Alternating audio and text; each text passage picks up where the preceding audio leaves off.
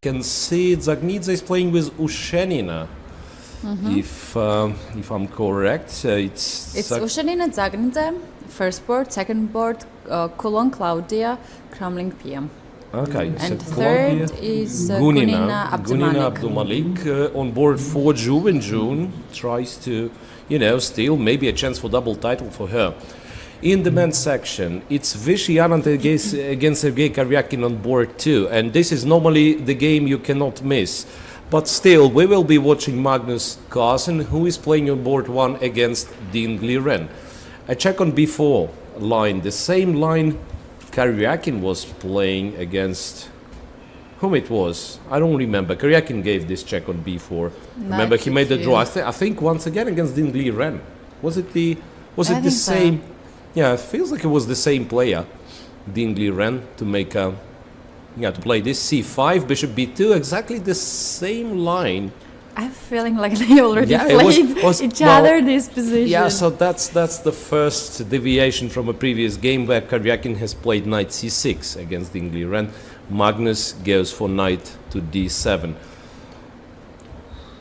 A3, Bishop has to take on D2, and knight takes on D2, opening the diagonal for a bishop on G2, so that the pawn on D5 is still pinned. Magnus quickly takes on D4. Let's see, I think we will get one of those simplified symmetrical positions which seem to be drawish, but we've seen everything. We've seen, well, if you just think the position Magnus won against Mamedyarov, right, when it was clear he was slightly worse, but I mean, if anything it could have been a draw, but no one could imagine that this position is possible to lose with white. Okay, let's see what happens here. Meanwhile, we will keep an eye on Anand and Karyakin as well. Because, as I said, only 4 rounds to go, and a tie is in favor of Magnus Carlsen. Right? I have already result on the second board. I don't know how correct is it. It's a draw? Or? Yeah, I mean, it cannot be anything but a draw. So I'll just quickly open the... Karyakin offered the draw early in... it was a Berlin with rook e1, which already has kind of a very drawish reputation, and Karyakin offered the draw quite early, which was accepted by Vishy Anand. So I think, that's a very, very important game. If Magnus wins, he becomes the sole leader with 3 rounds to go. So, Queen e7 was played and white went rook c1. Magnus fell below on the clock quite a bit, almost a minute difference for him and Dean Liren. And still the situation is not very comfortable for Magnus Carlsen because his bishop on b7 is still not protected, therefore he cannot solve the tension in the center. He can never take on c4, that's the problem. Well, on the other hand, it's not obvious how white is planning to continue.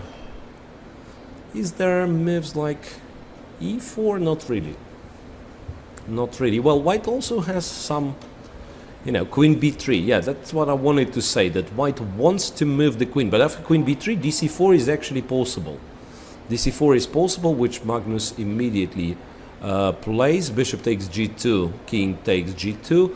Still a bit more space, a bit more pleasant position for white. I mean, at least it looks like. Any results somewhere? Not really. Not really, maybe... Not even... No, so that was only one game, yes? It looks like it was only one very quick game. Karyakin and Anand make it... some pins. e5, queen e6. The knight on c4 is no longer safe. Now the feeling is like you play a move like h6 maybe. Because already some back rank threats.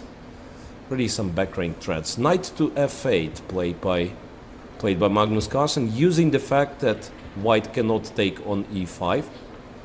Or he can. Well, rook takes. Can't bishop just take on e5? B5? And then b5 happens, yeah. b5 happens, and what's important after bishop f6, black has b takes c4. Yeah, with a tempo. Queen goes to f3, rook to c8. Once again, e5 pawn is a taboo. And it feels really awkward to move the knight back. Well, I think Magnus managed to equalize. So now the feeling is like white will have to move the knight to e3 maybe. I mean, just if you have to go back with the knight, that means black is doing fine.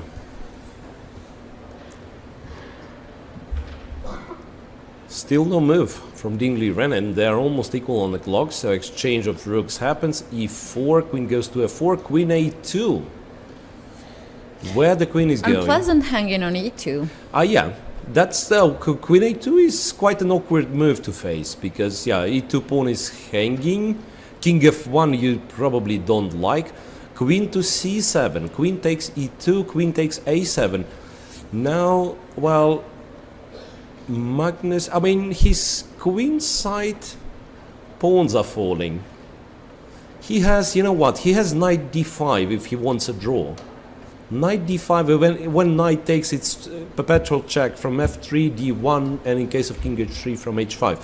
But he's looking for more, I believe. Yeah, h5.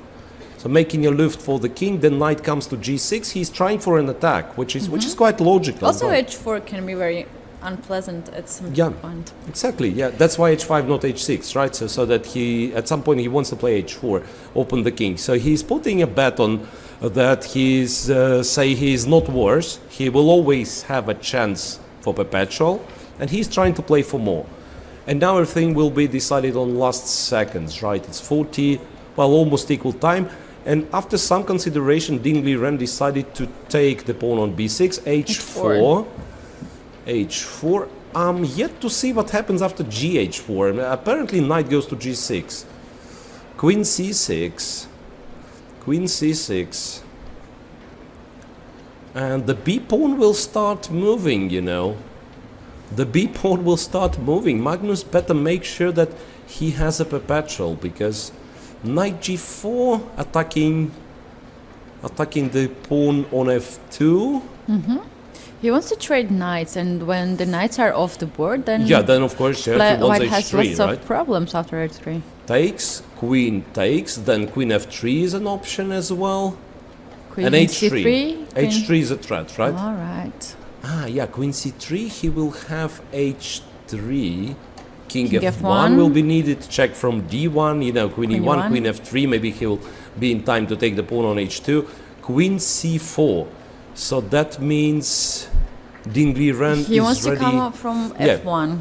He will go to g1 and h3 of course will be played. Knight goes to g6. So now this knight starts comes jumping. on e5 and f3, or from h4 maybe. Knight e5. Now queen f1 is the only move.